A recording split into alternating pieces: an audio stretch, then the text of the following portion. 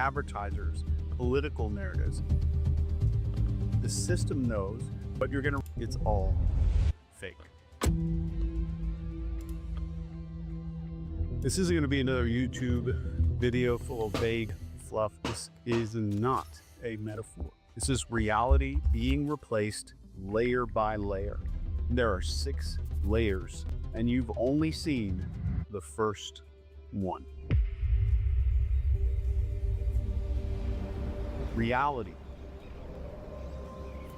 used to be grounded in direct experience. You lived through it, but now reality is mediated. You don't experience events anymore. You experience coverage, pre-framed interpretations of ideas, avatars, personality, costumes, personas, and masks. A headline starts replacing understanding. A brand replaces identity. A political label replaces a human being. You're not living inside of reality. You're living inside of a symbolic layer.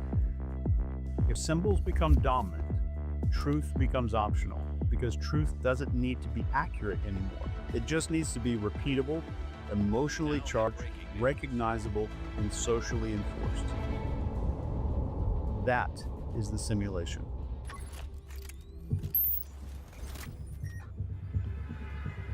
Brands figured this out first, because we don't buy products, we buy a story about ourselves. So that's a word that you hear constantly, brand. And it comes from the Old Norse word brandur, and it means to burn. Specifically, it means to burn a permanent mark into livestock. So ownership is obvious and sorting animals out is easy. You are being branded by advertisers, political narratives. The system knows what you're going to react to, what you're going to defend, what you're going to buy, and who you're going to hate. So layer number 1 is mediated reality. This is why the world feels off. It feels theatrical and overacted, scripted, predictable. Because it is. Empires figured this out thousands of years ago.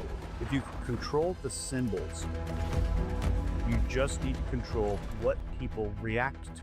People have to adopt the symbols. Now people are shaped by metrics and algorithms and visibility and approval signals. There's a very secret name for what all these things are, and they are called conditioning signals. Whatever gets rewarded gets repeated. Whatever gets ignored disappears. So people adopt. They simplify themselves, they exaggerate themselves, they flatten their entire personality into something that's shareable. So they become more extreme, more predictable, more performative. So people aren't asking, is this how I feel? They're asking, how will this be received by other people? And over time, something breaks. Because when your external performance doesn't match your internal experience, there is one universal response. We feel hollow. This is the death of authenticity. Which brings us to layer number 2, human conditioning. Once this is in place, training is what replaces learning. And they do this through algorithmic reinforcement, repeated narratives, emotional escalation, social punishment, visibility rewards. Information has to change shape because information creates understanding. So the system replaces information with content. And this brings us to layer 3, the collapse of information. So what's the difference between information and content? Information answers questions and content stimulates responses. Most of what fills your feed is not meant to be important. It is meant to occupy attention, trigger emotion, maintain your engagement, and prevent silence from entering your life. Because silence is where thinking happens. This is why everything feels urgent. You feel engaged. You feel aware. You feel more mature. but nothing ever resolves because resolution ends the engagement cycle. It's designed to make you feel like you're participating in it. Which brings us to layer number 4, fear and identity control. Humans evolved to survive in small groups where exclusion meant death. That wiring has never changed. Belonging used to come from family and tribe and shared work with other people. But now it comes from follower counts and group identities and digital approval. So conformity is enforced with social threat. You're quietly warned and you're shown that not reacting might be suspicious. Questioning the frame is dangerous. So people react publicly. Why? Fear of ostracism. The fear of being labeled, being seen as one of them. It's constant, in the background of everything. And that is not accidental. And obviously, social media didn't invent fear, but it multiplied it by orders of magnitude. And here's why. Fear scales engagement better than any other emotion. It speeds reaction. It reduces nuance. It increases sharing, and it locks your memory in place. So the system learns. It tracks what spikes your heart rate, what makes you comment, what makes you argue, what makes you pissed off, and it feeds you more of that shit. Every post is a potential punishment that we're dealing with. Hate, panic, fear, and anger become advertising products. The longer you stay emotionally activated, the more valuable you become in real dollars. Fear has to be sustained. A stable identity does something dangerous. It resists manipulation, but the system is very clever. You are kept in a constant state of moral emergency. Every week there's a new crisis, a new outrage, some new villain that's prepackaged for you, a new law being passed, a new line that you're expected to know. It creates what looks like clarity, but it isn't. Something detonates emotionally, then it's immediately buried by the next thing. That's identity fragmentation. When people don't have time to form their values slowly, they accept a prepackaged moral frame. These are ready-made positions. Approved language, approved emotions, approved enemies. Morality stops being something that we develop, and it becomes something that we display. Signaling replaces moral reasoning. Virtue becomes a lapel pin. Ethics become performative. Belief becomes a freaking costume. And once morality is externalized like that, it's easy to control. Because it's a simulation. It's fake. It can be updated remotely. You can see it in how fast people switch positions. And it's not because they learned some new information, it's just because the frame got changed. And here's the most unsettling part, as if the other ones weren't. People start to feel relief when morality is handed to them because it removes responsibility. They don't have to think, they just have to align. And alignment feels safe when fear is everywhere. If identity and morality are programmable, division of human beings becomes super easy. And that all comes down to one huge manipulation tool. This is layer number 5, narrative warfare. So modern news is not here to report on reality. It's designed to completely and totally construct narrative frames. It decides who's a victim, who's a villain, who's righteous, and what questions are allowed. The facts are completely optional. So here's the mechanism. An event happens, immediately the story arrives fully formed, and you're told how to feel, who to blame, what it means, and which side you're on. And all this happens before you have time to think. Facts don't radicalize people. Narratives do that, because narratives come with heroes and enemies and moral certainty and urgency and full-blown permission to hate people. One detail gets amplified, another gets buried, context gets removed until complexity completely disappears. Nuance is always the first casualty here, because nuance slows reaction time, and reaction is a product. This is how deliberate demonization works. You don't argue with the other side, you just dehumanize them. They're not human.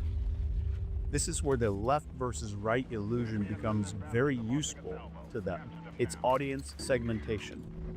It's two simplified tribes, two emotional markets, two predictable reaction sets. Because while people are fighting each other, nothing upstream is ever examined. This is why wins are celebrated by all these politicians. Even when nothing changes, they're celebrating wins all the time. All these headlines and viral clips give us this placebo of things taking place, things are happening. And once people are emotionally invested in these narratives, they will defend those narratives even when the narratives hurt them, because abandoning the story means abandoning the identity. Once narratives are doing the work, politics don't need to govern anymore. The only thing that politics has to do is perform, which brings us to layer number 6. This is the theater of power. Modern politics is not a system for solving problems, and I think you would agree. It is a stage with roles and costumes and very predictable conflict arcs. Visibility, alignment, signaling, performative outrage, and symbolic gestures. This is why hearings that we see on TV all the time, they look dramatic, they accomplish jack shit. This is why speeches feel emotional and change nothing. This is why scandals cycle endlessly through the news with no consequence. Seriously, where are all the Epstein criminals going to jail? If politics were about results, it wouldn't need an audience. This is why the same behaviors repeat. That's why corruption has become background noise in politics. That's why people say, nothing surprises me anymore. That numbness, some people think it's apathy. It's not. It's conditioning. Right and wrong are replaced with team loyalty. So people aren't asking, is this right? They're asking, is this our side? This is where left versus right becomes useful again. Two sides, two very predictable emotional responses, endless conflict with no resolution. While all these people are arguing over symbols, the actual sources of instability remain completely untouched.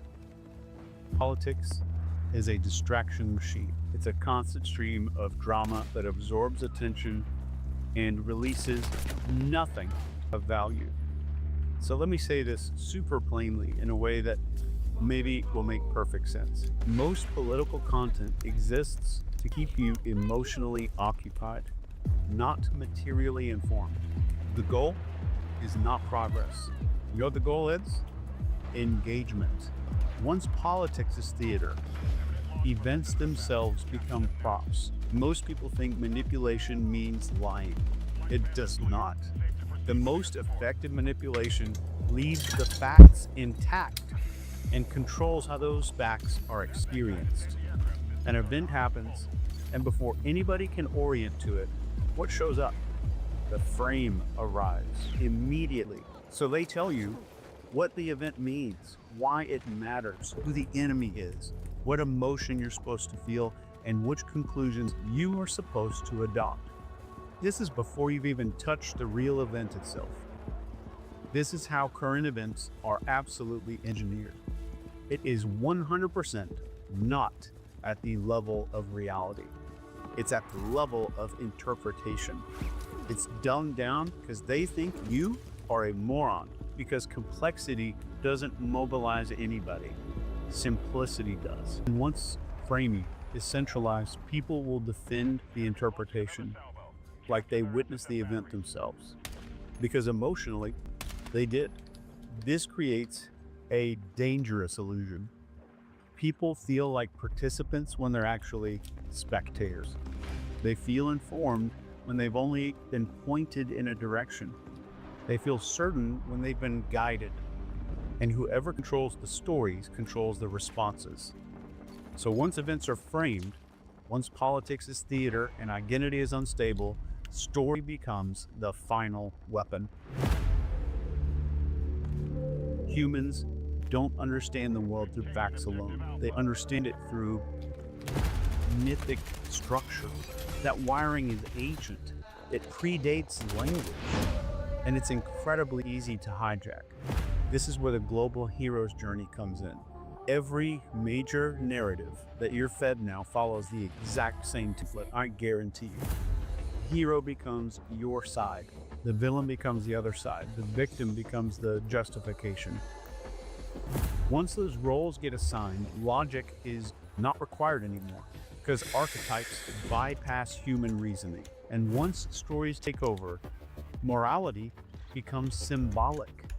It turns into symbols and slogans and flags and hashtags and profile frames on social media. Virtue's not something you do, it's something you deploy now. That's why morality starts to look like stickers, because stickers are visible. And what's the currency of this simulation that we are in right now? It's visibility. When morality becomes symbolic, it stops being moral. It's just a performance. This is why people are going to defend a story even when the story contradicts reality. Stories don't need to be true. They just need to make you feel like a good person. And there's only 4 things they need to give people: a role, a purpose, an enemy, and relief from uncertainty. And once you see this layer, everything below it snaps into focus. The media, the politics, the fear, the division, the identity weapon, they are not separate layers of manipulation. And story is the oldest control system that we have, a symbolic layer replacing reality, simulated people adapting to narratives and incentives. Nothing here requires conspiracy, just incentives. Seeing the simulation doesn't make you superior. It doesn't make you enlightened. It doesn't make you immune to everything. It gives you some orientation. You stop reacting on cue. You stop mistaking symbols for substance. And you don't need to convince anybody. You don't need to expose anything. You don't need to fight against the stage or rage against the machine. Once you see the machinery, the manipulation stops working the same way. The performance feels super obvious, and something weird happens. The world doesn't feel fake anymore. It feels like it's covered with a layer of something. And reality was always there, under the noise, under the fake symbols. This was unsettling. You may need to go back through it and take some notes. I spent a month writing this for you, and you can see the stage now. And maybe that's enough. This video will wake up enough people that we can shift back to reality a little bit. And I hope you like this one. Next week, we're releasing a video that's going to expose a lot more. So if you're subscribed, you're going to see it when it comes out. Thank you for spending some time with me. I appreciate your trust.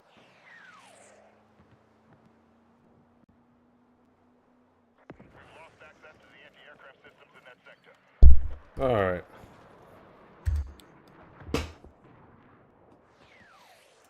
What? Okay.